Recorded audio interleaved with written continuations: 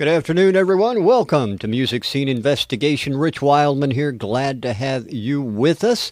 We're so happy you're here today. Going to be a great show. I know you'll enjoy it. We've got both Tommy and Ian here along with our special guest panelist today. We're going to introduce you to all those guys in just a moment. But before we begin, I want to tell you a little bit about the show, how it works, and how you can become involved in it. If you're an indie artist, it suffices to know that we review indie music on this show. Very simple, very straight, very direct, and very forward. Our panelists will take and review 3 indie songs out of those submitted by you indie artists from anywhere in the world during the show today. They're randomly selected by me, and we're going to put them up for the panelists without the panelists knowing who the artist is, the genre of the song they're listening to, or anything else about it. They only hear it one time, and they give their frank and oftentimes technical reviews about that song after they hear it. And they'll go through all 3 of those. At the end of the show, we'll select a song of the week, which will in turn compete for the Band of the Month. On the second Wednesday of every month, we have that show over on MSI Radio, and we invite you to be there for that, as well as bringing your fans and friends to that show. Hopefully, the panelists will come up with a Band of the Month. If they don't, we throw it to the audience and let them decide. That's why you need to bring your fans to that show. Now then, let's go ahead and meet our panelists today. First of all, let's go to New York City and meet Mr. Tom Chianti, recording engineer and good buddy of mine. Hi, Tom. How are you? A good buddy of mine? Yeah, you're a good buddy of mine. How you doing, man? Yeah, it's been quite a few years, as a matter of fact, hasn't it? Yeah, give or take 1 or 2, yeah. Give or take 1 or 2 months, yeah. I'm doing fine. We're having wonderful weather. Eagerly awaiting for more animation to put the sound to on that independent film. And looking forward for a little toy time coming up in October for myself. Get some new gear for the studio. You know, it's a glutton. Yeah, I know you're always looking for new gear, and, you know, there's nothing wrong with that if you're in the recording business. Well, that's why I chose it. Well, I'm glad. I hope you get it, and you'll let us know when you do. I was thinking about becoming a nursery school teacher, but walking in with microphones and headphones for kindergarten kids just doesn't work. Yeah, it would scare the parents, too. Especially when I started hooking them up. Yeah, more so than you already do scare parents. Microphones and reel-to-reels would scare them even more. Tom, appreciate you being here, man. Thanks. It's glad to be here. All right. Our other in-house panelist all the way from London, England, Mr. Ian Husbands, who is an indie artist, once a signed artist, and is also an author. Ian, we've never talked about your book. That's because my book's boring. You're not a boring person. How can your book be boring? No, my book, it started out as a pamphlet for the company I was working for on printing and binding books. And that developed into a book in its own right because it is actually quite a technical subject and it's an age-old subject as well. So there's a lot of history involved. And it's, you know, if you need to bind a book, if you need to print a book, it's a very good read. Do you go into all the different ways of binding books?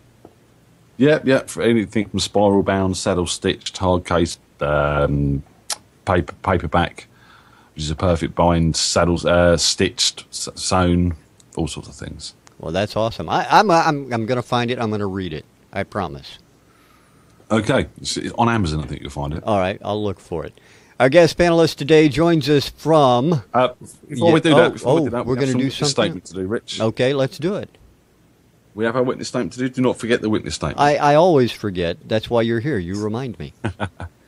Well, last week our audience agreed with us with a 60% across the board vote on every subject we put up: best songwriting, best performance, best mixed production.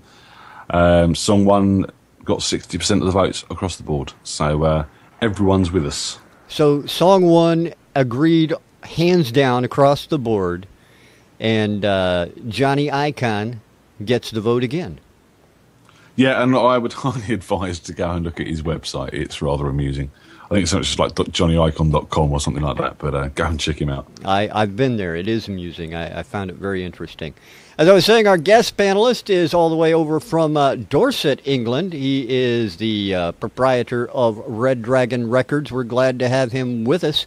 It is Mr. Tom Oswald. Mr. Oswald, how are you today, sir? Very good, thank you. And yourself? I'm doing very well, aside from it being very warm outside. I wish it was warm here. It's not. It's about 13 degrees here at the moment, so...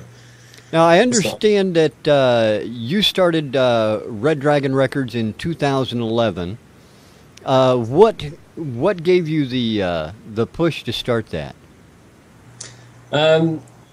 It was just coming across local talent that would, they're fantastic singers or artists in their fields, but they would never have the chance to be exposed to mainstream media because of the way that the current record labels work. So we spotted a gap in the market and working on exploiting it. And along with Red Dragon Records, or I guess under that umbrella of Red Dragon Records, you have a couple of media stations, a couple of radio stations. You're getting into broadcast video now, right? Yes, we found that a huge amount of independent artists out there go out and have professional music videos made. But the only showcase area they had for them was YouTube. So we set up, we initially had Acoustic Spectrum, which just did basically independent radio, internet radio, and it had a lot of amalgamated shows. But again, we noticed that there was no central media point for streaming artist music videos.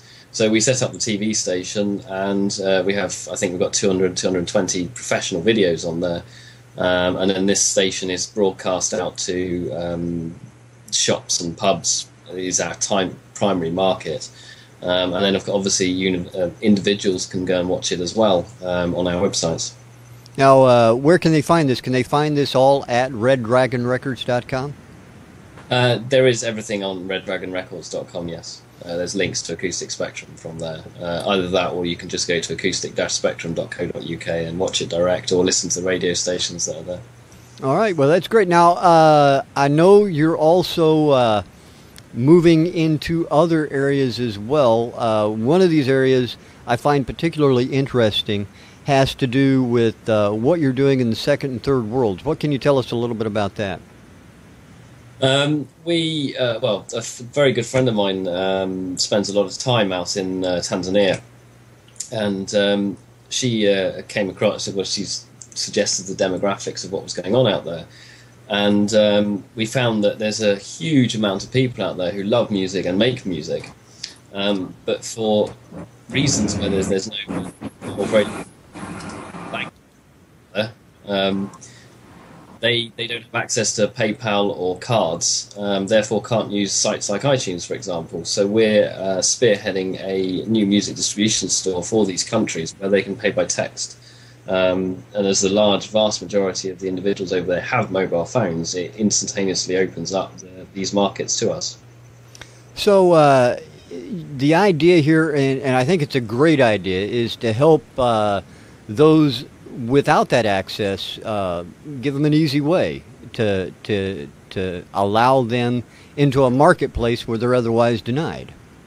Yes, and we're also talking of European, American, and British artists as well. Whereas, again, they may have these backings of huge record labels, but if they can't, there is no media distribution networks that are accessible to these people. So we will have that distribution network that is accessible. This has been a very big undertaking for you, putting together that full back end to allow that purchase of product, I would assume. Or are you just going to license the capability and partner with other institutions like Apple, Amazon, and so forth? Oh no, we're going completely independent. We will own the whole thing ourselves. The back end's already built. The front end will be going live probably Monday or Tuesday this week. The deals are already in place with the mobile providers, so it's just a matter of days before it goes live. Well, that's brilliant. I wish you all the luck on that, and I think that is a wonderful idea. In my opinion, I think it's going to be An amazing thing, and we're definitely going to keep an eye on that. Now, tell our viewers I've and got listeners. a quick thing. Okay, I've got Ian? a quick thing I want to ask. It's not related to music, but it is related to what Tom's done in the past. And I'm sure many an independent artist are going to be interested in this. Because, Tom, you're a teetotaler, right? You don't drink. I don't drink, no. Well, very rarely. Very, very But rarely. you did invent the osmotic system, which allows a fast pour of beer. No, the osmotic system was a system that was designed to cold sterilise beer in lines and re-inject them back into the kegs to save pubs about 25 grand. On the side of that, we were asked by Scottish Courage to invent or build a fast pour system. So it's not actually the osmotic system, but it was built under the umbrella of Osmotic Systems Limited. Gotcha. So, how did you get involved in that? I mean, were you a heavy drinker at the time that needed to rejuvenate their beer a bit more, or? No, when I was 20, I ran a holiday park for a year, and they lost 32 grand a year in beer line. Well, when they were doing line cleaning. So I said to the manager, if I could solve this place, would you be interested in buying it? So I solved the problem, and we moved the systems on. Fantastic. Fantastic. Now, I want to get back to music if I can, and I want to No, find. I want to stay on beer. I know you do, Tom. I thought the new people would be interested in that. Well, I do want to ask Tom. Tom, how can the independent musicians who happen to watch this show or listen to this show, how can they get involved either through Red Dragon Records or one of the stations involved there? How can they submit music to you, or is it their channel that they can get that information to you? Yes, if they go to acoustic-spectrum.co.uk, all of the submission information for both video and radio is on that site. And it's available. It's open to anyone. Anyone can put music forward, and then we decide where it will go and whether it will go on the station or the TV station or not. And if they also want to get in touch with you, they can do so through Twitter at Tom4X on Twitter. So now, Rich, excuse me, I have a question. yes, sir, Tom. Go ahead. Tom, how do you... there must be massive amount of submissions. There is.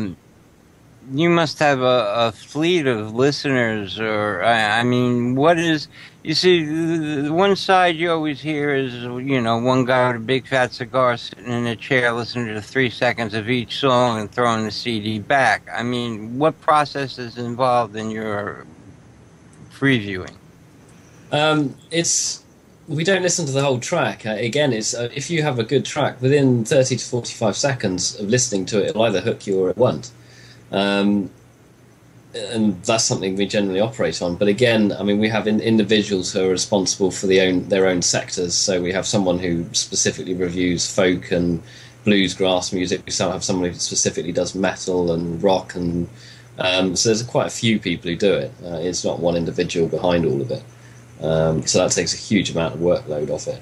I myself actually don't listen to the music that much. No, the main reason I ask is it's also a tip on how, these independent artists can set up their music so as to catch the attention of the listener right away to make sure that they get a decent listen, or at least, like you said, the 30, 40 seconds or whatever. They need to make sure that when we get emails through, and that's where the bulk of the music comes through these days, if they send an email through which doesn't fulfill our submission guidelines, then it's instantly deleted. We don't bother with it because they haven't taken the time to read the website. It's quite an interesting way of catching someone's attention in the media industry, is to actually, instead of having a plain black and white email, send out a template, actually download a template and put it on, so when you receive that email it shows a picture, the music and everything there, and has all the links in it. And then it looks very professional, and you're far more likely to go and listen to that than you are to someone just writing a couple of lines saying, my track name is this, and this is what it is. All right. That sounds great. Now, we are here for a reason today, guys. What we're going to do is we're going to get your opinion on some new music. So hopefully we can hear some great music, find out what you guys think about it, and go from there. So if you guys are ready, and I know you are, let's go ahead and listen to the first track on today's show. Here it is, everyone. This is track number 1 on today's MSI. And Tommy, your video is all whacked.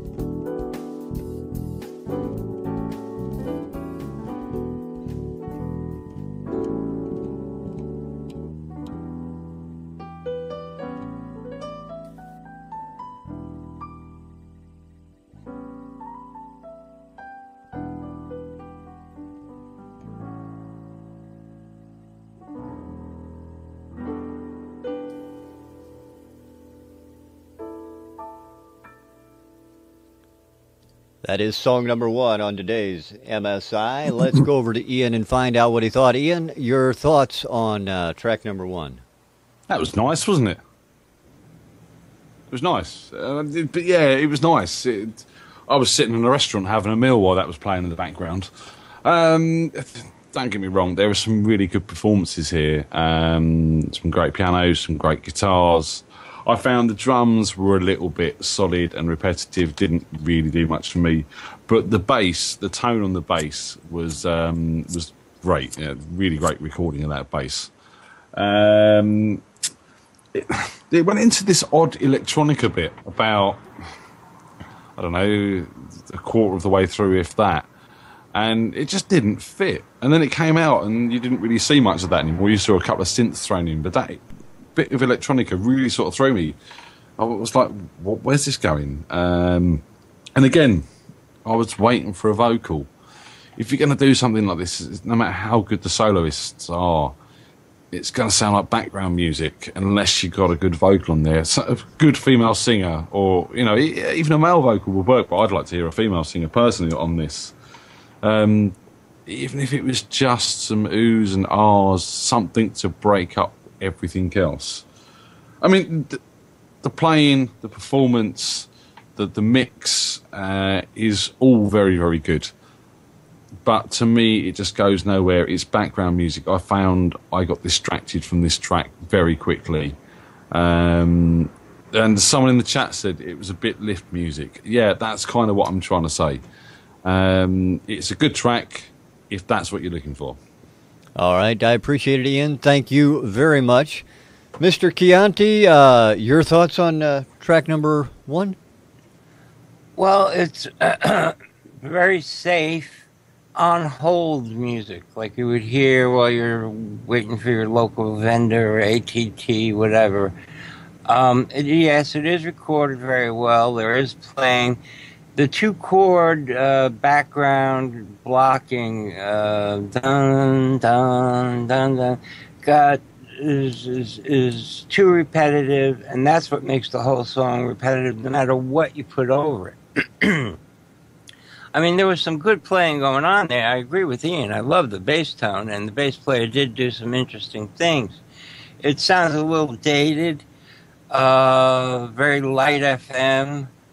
I think they could have gotten rid of that rhythm tines or EP and let the piano play just some riffs and occasional chords throughout, giving it more space, more room to breathe, and really made those not vocals, the lack of vocals bothered me also. Would have made this the solo stand out more. You know, just to have a constant 2-chord blocking, and then it went straight to the modulation. It was very predictable. To coin a phrase, it's been done before. It's done well, and that's all I can say about it. It's done well, but not well enough. All right, Tom, I appreciate it. Thank you. And Mr. Tom Oswald, your thoughts on track number 1? I agree both with Ian and Tom. It's definitely something that you'd walk into a lift and that's what you would have on in the background. It is certainly not something that you could see someone buying and listening to while they're driving around or doing any sort of dancing or activity, if you see what I mean. All right, sir. Well, I appreciate your thoughts. Gentlemen, thank you very much. Track number 1, just to let you know, is called Can't Come Up With It by Drummer Dude. Drummer Dude submitted that. We appreciate their taking the time, so thank you very much. Now, before we go to the second song, I want to remind everybody about the Indie Music Bus. If you're not on the bus, you're missing out. Contact them, Indie Music Bus, on Twitter, and let Walter know that we sent you over to him. He'll do you right there. He is the Twitter god. All right, gentlemen, we got 2 more songs to listen to. I want to get your take on. You can cough if you want to. I'm sorry. That's okay. That's all right. All right, so I do want to get your thoughts on this second song today. So without further ado, let's take a listen to track number 2 on today's MSI.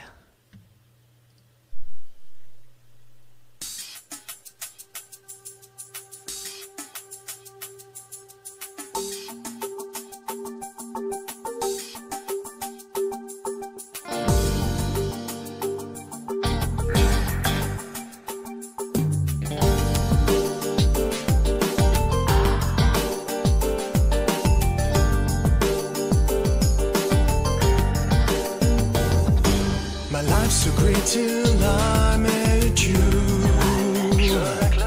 Your colors rush me, what could I do? It felt too good, something not quite right. I ignored the signs, always dodged the fight, knowing one day this could wait no more. We were so happy, what went wrong? You packed your bags and said so long. I tried to stop you, it wasn't right, but you had grown tired, too much to fight. Without you there's no purpose, life's no good. I'm all alone, after without you. In ways I've grown from all that we've been through. Soon I'll realize that time can heal all wounds. Till then, pain me melancholy blue.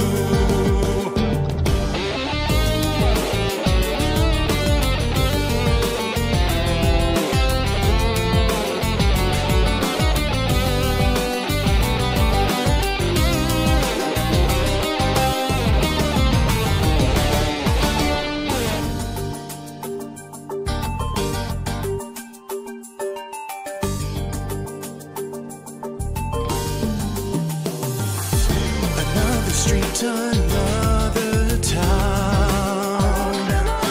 Weary, beaten down to the ground. You said you love me, you said you care, but the streets are empty 'cause you're not there. I'm lost and confused as I wander on. I'm all alone, left here without you. In ways I've grown from all that we've been through. Soon I'll realize that time can heal all wounds. Till then, paint me melancholy blue.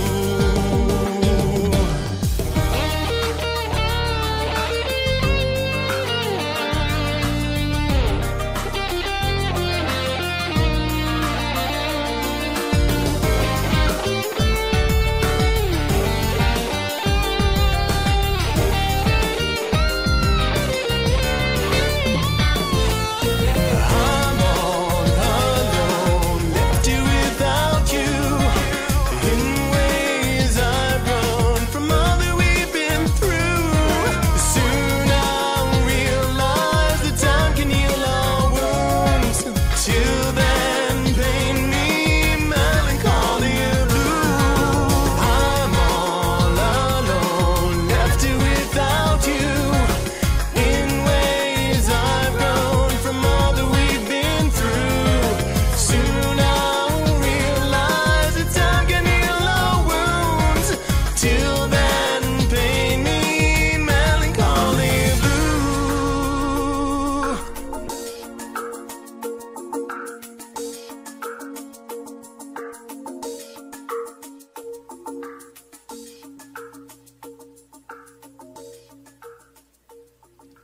And there you have track number 2 on today's MSI, and we're going to go straight to Mr. Tom Chianti, find out what he thought. Tom, your thoughts on track 2? Well, there's some good and there's some bad. Part of it is the Santana type guitar, great guitar sound. That's the good. The bad part is where's the perk? Where's the percussion? Where's the drums? The bass seemed too large, blocking out a lot. The background vocals could have been clearer, separated better. The whole mix could have been done a lot better if they had balanced things more. I wanted to hear more of that driving congas, djembes, tambourines, what have you. You know, like, and you know, the Santana songs, you know, there's stops, there's not tempo changes, but texture changes. Those had the same texture all the way through, and the modulation again, except this time it was down. The vocalist, you could hear the vocalist clear. I'm tending to believe English is not his first language, but he sounded a little like some of the classic French singers with a little vibrato tremolo in his voice or hesitancy. I couldn't decide which one it was. But overall, it did have a nice drive to it. I just think this could be better if they added more percussion to it and made it more exciting. It lacked percussional excitement, if I may coin my own phrase. Something like this, people want to get up to dance to, and they need to hear those beats and the stops and where to turn and whatnot. And this was just, it was a nice song. The lyrics you could hear and everything. I just think it could have been done a lot better. All right, Tom, I appreciate it. And from Red Dragon Records, let's go to Mr. Tom Oswald. What do you think, Mr. Oswald? I quite like that, actually. It reminded me of Latin America. I agree with that. It would have been nice to have some drums in there or something or percussion in there to have something there behind it. But I thought it was quite a nice song, actually. All right. Well, I appreciate that, Tom. Thank you very much. And to Mr. Ian Husbands we go. Ian, your thoughts on this track? Yeah, there's a really good song here, and I think there's a really commercial song here, and in the right hands, this is Enrique Iglesias, someone like that. You could make this a hit. It is Latin America. It's got Enrique Iglesias, Gloria Estefan, even they're saying out in the chat, Madonna with Ay Isla Bonita, which the melody was kind of similar to, I have to say, and that was quite obvious. Production is strong. I agree with Tom. There are elements of the mix which need addressing. I found the vocal very dry, and for a pop song like this, it needs a bit of wetness. I'd like to hear some percussion, some congos, and horns. It was dying out for us, some stabby horn sections in there as well. Spanish guitar solos, things like that. If you're going to do it, go the whole hog. Make the production sound nice. Give people what they want to hear, because this is the sort of song which people will get up on the dance floor to, and will get up on the dance floor and dance to, I suppose. What else did you do on a dance floor? I've seen some pretty strange things done on a dance floor, got to say. I passed out on one. Oh, there you go. All right. That good. Anyway, I found that the piano samples were a bit dull. I would like to hear a bit more excitement on there. And the vocal. His vocal was good, but again, it's that Spanish fire that wasn't quite captured there. That passionate Latin American thing didn't quite come over to me. He needs to get a bit more passion in there and sing it really, really like he means it, over the top almost, because it will come across well on the recorded piece. All right. Ian, I appreciate it. Thank you very much. Lost for words. Pardon me? Lost for words. Yeah, that's all right. It was a good song. I'll agree with that. The name of that track is called Melancholy Blue by a group called Girenko, and we appreciate their sending that into Music Scene Investigation. Again, if you want to get your track in front of our panelists, very easy to do. Head to MusicSceneInvestigation.com, hit the Submit a Song button at the top of the page, and there you'll have all the information you need to be able to submit your music. Also want to remind you, on Tuesday nights, 8 p.m. Eastern, head over to Butterflies Radio. They're doing that crazy little thing they call Twitter Tuesday Live. I'm there every Tuesday. It's a great time. A lot of great bands they interview, and you have a chance to hear some great music. So head that way, butterfliesradio.com. All right, gentlemen, we have one more track to take a listen to, and I know you're ready for it. I'm ready for it, and I think everyone out there is ready for it as well. So let's go ahead and give track number 3 a listen on today's MSI. Here it is, everyone, track number 3.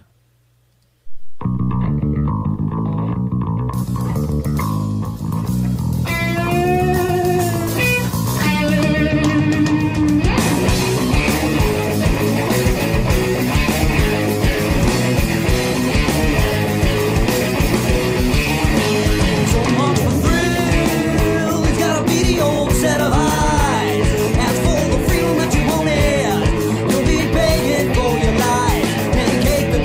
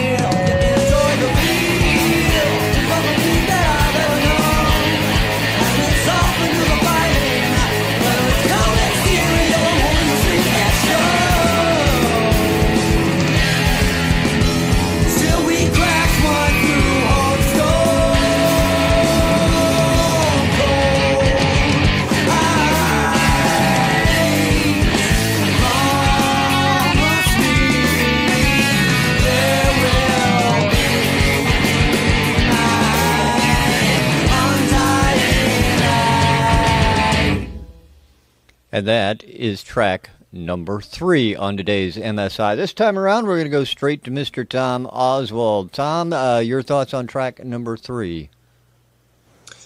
I thought it was quite plain, actually. It's not particularly my favourite genre of music.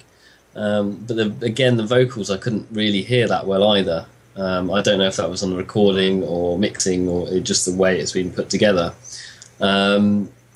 But it's definitely not a track I would choose to listen to, I think. All right. Appreciate that, Tom. And let's see. Let's go over to Ian, find out what he thought on this track. Ian, what do you get on track number 3? Wow, the drums were huge. They were massive. I loved it. Them drums were absolutely pounding, but they weren't blocking anything but the vocals. The vocals in this, the vocal mix, in fact, the whole vocal mix lacked and let this track down. I mean, this has got so many influences running through it that I could hear the early Zeppelin stuff with the mix with those big drums and the live sound. It's got a groove from some of the bands like Clutch. It's got elements of Ocean Colour Scene in there, early Soundgarden, Stone Temple Pilots, Alice in Chains. I could hear so much coming in, which is great. But the vocal hasn't really stuck with me lyrically. The melody was okay, and it's kind of sort of late 80s, early 90s, and doesn't really move on from there. It's very well done. I mean, I just want to hear that vocal more. And I felt the bass lacked clarity. But, I mean, kudos to the drummer. He done a very, very good job on this. The bass player seemed to keep up as well from what I could hear. That vocal needs attention. And I think it is a mixed thing. I think the performance was pretty good. But it seemed to be dry, and they just seemed to be all over the place with the layering, and just they didn't get it right. Go back, look at that vocal mix, and it's a good track. Whether it's going to stand up in today's day and age, I mean, it really does sound like something I'd download off a special Soundgarden album where they released some of the demo stuff from way back in the late 80s, early 90s. All right, Ian, I appreciate it. Thank you very much. And last but not least, Mr. Tom Chianti. Tom, what do you think on track number 3? Well, I have to agree with everybody on the vocal. I like the doubling of the vocal, but it was buried. And that's definitely a mixed thing. Vocals are the most important thing in a song because people tend to focus on what's the loudest, and it should be the vocal, and you should be able to make out all the words and at least hear them all. The drums mix was great. I really like that. The bass was a little lacking. I agree with Ian with that.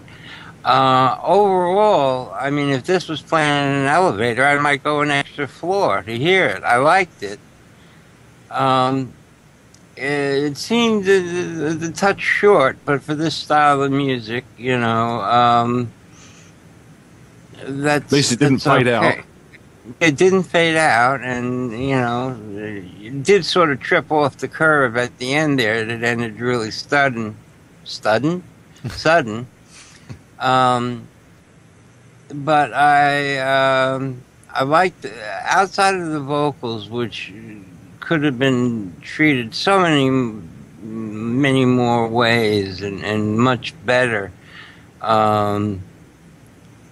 It's like I know the effect they were going for, Tom. It's that Alice in Chains layering effect. Yeah. What weren't they getting? What weren't they getting right? Well, the timing was a little off, and they didn't EQ it enough to really stand out and push it. Raise the fader. In this type of music, when I was mixing, heavy stuff, it's like raise the fader, and if that doesn't do it, you got some work to do. But always, start low, work your way up, and then don't stop. Go a little bit further to really hear what it sounds like with a powerful vocal. I mean, the vocalist did do it had enough emotion in it, and it definitely the playing overall was excellent. The drummer kept great time, and I liked the changes and everything about it. It's, again, we say this over and over on the show about the vocals being the most important thing. They have to focus on it. It's got to draw people's attention in and pull them into the world of the music, and not just say, hey, that drummer's great. You got to say, hey, that band is great, especially if you're a band. And if you're a solo vocalist, well, this thing just fell flat on its face. All right. Yeah, I agree. Thank you, Tom. All right, Tom, I appreciate it. Thank you very much. And let me take the time to introduce that track. That track is called Scurvy by a group called Stepdaddy. So, Stepdaddy, thanks for sending that track into Music Scene Investigation. All right, gentlemen, I want to remind everybody out in the audience to be a witness. We need to know what you guys thought, what you think about the music you just heard on today's show. There's a button off to the right-hand side of the screen that you're looking at right now called Be a Witness. Click on that. It'll bring up those 3 polls. You can let us know what you think through there, and we'll bring you the results of that next week as we send our panel off right now to determine on a Song of the Week. Gentlemen, you know how it works. Discuss amongst yourself anything you'd like about the tracks you just heard and make a determination on what you believe the Song of the Week should be. You're sending us off. Yes, I am. I'm sending you off into this corner to determine a Song of the Week. Oh, everybody retreat to their own corners, eh? Look, I'm having a real mental conundrum here, guys. I need you to help me because, my heart's saying number 3 because I'm saying Alice in Chains, I'm saying Stone Temple Pilots, I'm saying Soundgarden, bands I love. But my mind's saying number 2 is the better song, and that's Enrique Iglesias, and I'm embarrassed about that. Well, I would definitely strike number 1 out entirely. From my point of view. That's number 2 and 3. Number 3, if the vocals were a lot stronger, it'd be a lot better. There's no doubt about that. That's what lets that track down. So yeah, I agree with you there, Ian. Which one? Where are you at, Tom? Tommy? Tom? Me, I have no problem as ever because I'm good at this. So what's your recommendation? I have to say, since the single problem with number 3 was the vocal, my choice would be number 3. Had Enrique Iglesias done number 2, it would have been number 2 because it would have had more production, more percussion, more passion in the vocal. The bass wouldn't have been drowning everything out. If we're going to take a meter and measure problem per problem, number 3 is, along with being the shortest, it has the least amount of problems. I mean, just fix that vocal. All they got to do is go back in, recall the mix, and do, an hour on the vocal, and boom, it's done. Number 2 has got to be taken back in. They've got to retrack. They've got to add at least a dozen tracks of percussion. I mean, off the top of my head, I can, horns, you're absolutely right, Ian, horns. They've got to change the arrangement, put some stops, and pick up the tempo, go. It is a song that, you want to get up and dance to, but, for me, that type of Latin-style music should make me want to jump out of my chair and dance. And that song did not make me want to jump. All right, so what you're saying then is track number 3. I thought I said that. I'm just verifying. Well, officer, you must know. All right, track number 3 from Tom Chianti. All right, it's up to you guys, Ian, Tom. You guys make a decision now, I guess. I totally agree with Tom. I mean, if you're looking at it from a business point of view, number 3 is the easiest and quickest to get redone again. But again, it was just the vocals, and they could easily go and redo whatever they need to do to get those vocals to become more pronounced. So yeah, I'd agree with Tom and go for number 3. Right, I'm going to go with that as well. That's a simple decision. Then you've won me over. But I would like to say to number 2, go and get that in front of people. Get that track in front of people who might want to re-record it for you. Act as the songwriter rather than the artist, because it's a very strong track. All right. I'd love to hear that track number 2 done live, because I bet you there's a ton more energy, the tempo's faster, and there's a lot more emotion coming out at the time. All right. Well, maybe we can get the band to give you a live version of that, Tom. I appreciate your gentlemen's... I got the studio. Yeah. There you go. Invite him in. All right, guys. Thanks so much. Tom, Mr. Tom Oswald, I appreciate your being with us, and best of luck at everything over at Red Dragon Records. Sounds like you guys are up to some really cool stuff. Thank you. And we hope to have you back again with us sometime. If you'll join us, we'd love to have you. Oh, I'd love to. Anytime. Just let me know. All right. Wonderful. All right, everybody. Want to remind you that 2 weeks from this Wednesday, or actually a week from this Wednesday, is the hit list where you'll hear the music from the Song of the Week artist from last month competing for that Band of the Month position. And that means that they're going to be in the battle, I guess, for some great prizes in PR from our sponsors and partners. So we certainly hope you tune in for that over at Music Scene Investigation Radio at MSI Radio. And that's going to be at 4:30 p.m. Eastern Time, or excuse me, 5:30 p.m. Eastern Time, 10:30 p.m. GMT. Again, that's on Wednesday, a week from this Wednesday. And we'll be back here, of course, every Sunday at 4 p.m. Eastern, 9 p.m. GMT with another edition of Music Scene Investigation. Now we're going to leave out... Yes, sir, Rich, Tom. If I just as a strange coincidence, this is the 3rd week running we've all agreed. And it is also on a Sunday, Tom. And it's on Sunday. Another exciting coincidence. We're going to play out with track number 3. Here is Scurvy by Stepdaddy as our song of the week. So thanks for being with us, everybody. We'll see you next time. Bye. Bye-bye. Bye.